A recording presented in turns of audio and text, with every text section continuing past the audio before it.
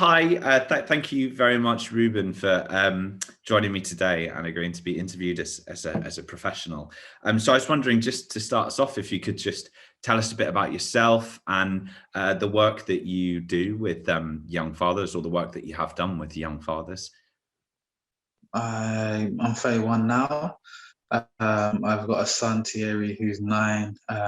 In my previous years, or just some years back, well, not some years, a couple of years back now, when I was working really heavily with young fathers, I was working with Young Dads Collective in London, based within the Family and Childcare Trust, on a project that focused on supporting dads and their needs in terms of engagement with services.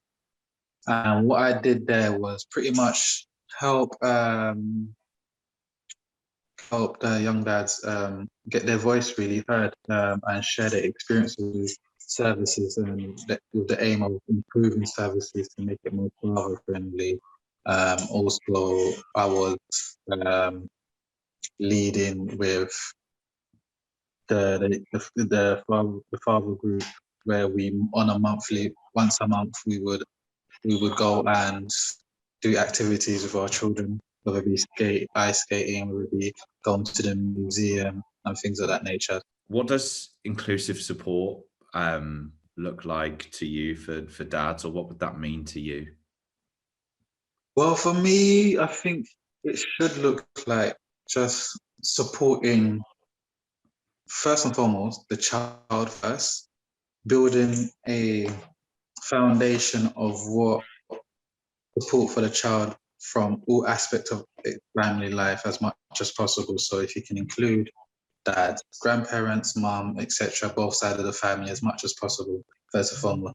Then secondly, just in itself taking on board the need of a dad in relation to their child. So if you can look at dad more as a resource, less of as a threat, especially, and I say a threat in particular because when you have young people who have children young, due to their age, I would assume you tend to assume these people don't know what they're doing. It's all new to them. They need to be, the child needs to be protected from them as much as possible. And if you're the dad, it doesn't really help, because you got that stereotype of being a young dad, and that tends to be quite negative. I just want to put to you whether you think that organisations are doing enough at the moment to be diverse, or to be engaging with diverse communities, and if they aren't, then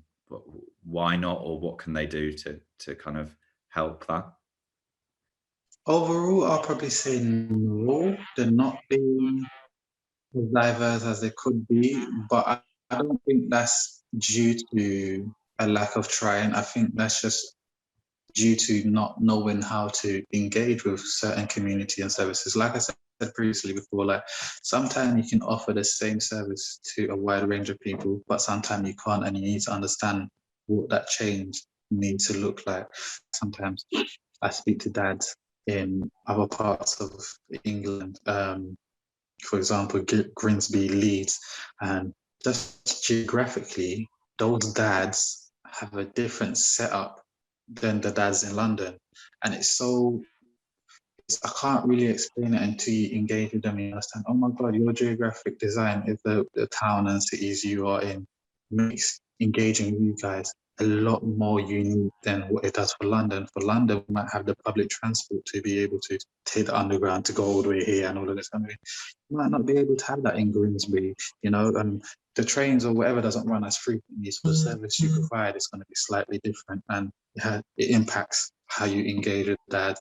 And then you get like different communities. For example, like you might get people from the Black community whose understanding of what a role a dad is in comparison to someone else from, let's say, a British environment, British background, understanding of what a dad is and things like that. So there's different understanding of the position and what the role a dad plays. And trying to merge all of those together can be quite difficult. But like I said, if you understand or learn about these differences, you might be able to put things in place that makes it a lot more easier to engage, to bring everyone in. That's a really, really good point, and really interesting. And yeah, I think that's a really nice place to kind of leave this interview today. So thank you, Ruben, for joining us. And yeah, and I hope everything goes well with your future work.